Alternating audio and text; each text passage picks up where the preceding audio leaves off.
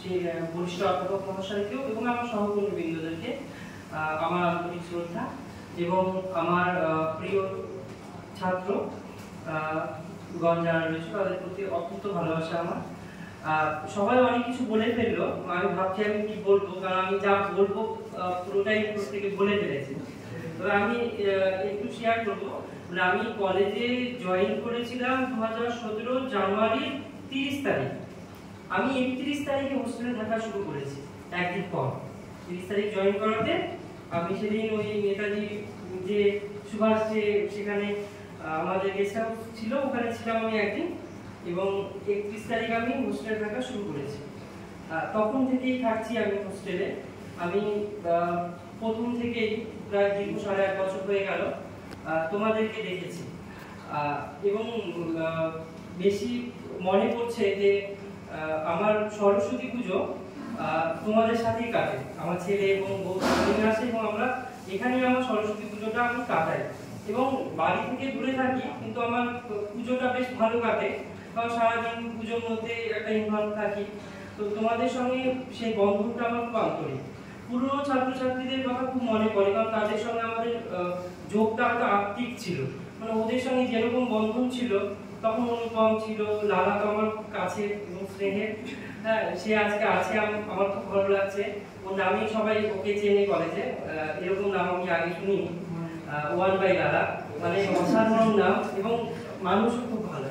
তো আমার এখন সেই স্মৃতিচারণগুলো ঘটছে যে এই প্রতিটি হোস্টেলে যারা এতদিন থেকেছে তাদের সঙ্গে একটা নিবিড় বন্ধন আমার হয়েছে, আমার নয় আমাদের হয়েছে। তোমাদের অনেক ভালোবাসা পেয়েছি, মাঝে একটু ভাটা পড়েছে, তবে আমি দেখছি এখন আবার ছাত্রছাত্রীদের মধ্যে সেই উদ্যোগটা রয়েছে, তাদের সঙ্গে হয়তো আবার আমাদের সেই বন্ধনটা হবে। আমি এই স্মৃতিচারণ করলাম কারণ আমার খুব ভালো লাগে এই পরিবেশটা, আমার বাড়ি মানে আমার উত্তরবঙ্গের ওয়েদারের কথা মনে করায়। এই হোস্টেল পরিবেশ আমাদের এখন উত্তরবঙ্গের পরিবেশ, মানে আমি সবসময় খুব একটা মিস করি না। আমার বাড়ির পরিবেশও চারদিকে গাছপালা এবং হোস্টেল গ্রাউন্ডটা আমার এত ভালো লাগে। আর একটা জিনিস বলবো,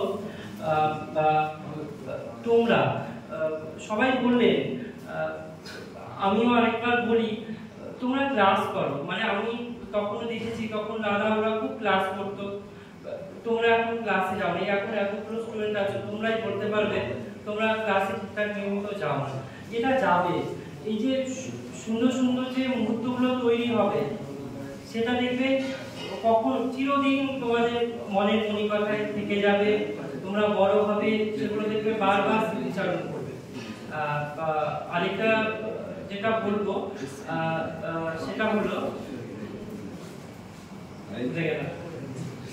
আচ্ছা ও হ্যাঁ, আমার মানে বিশাল একটা মানে বলতে পারো আফসোস রয়েছে।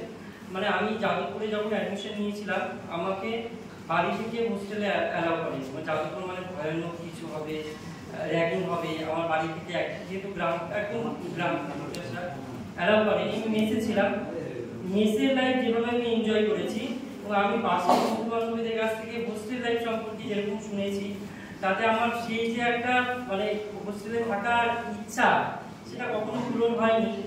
তবে অনেক শুনেছি যে হোস্টেল লাইফ অত্যন্ত সুন্দর, আমাদের স্যারের বক্তব্য পেলাম। তো আমার খুবই আমার এটা একটা দুঃখ যে আমি আমার জীবনে সেই সুযোগটা পাইনি, সেটা বলে হয়তো আরো বেশি ভালো হতো। এটার সুযোগ হয়তো আর কখনো আসবেও না। তবে যতদিন রয়েছে সবাই সবার মতো দেখবে এগিয়ে যাবে জীবনে। অনেক জায়গায় প্রতিষ্ঠিত হয়েছে, তোমরাও হবে, কিন্তু এই স্মৃতিগুলো কখনো দেখবে অমলিন হবে না। তাই সবাই সেই স্মৃতি নিয়ে বেঁচে থাকো।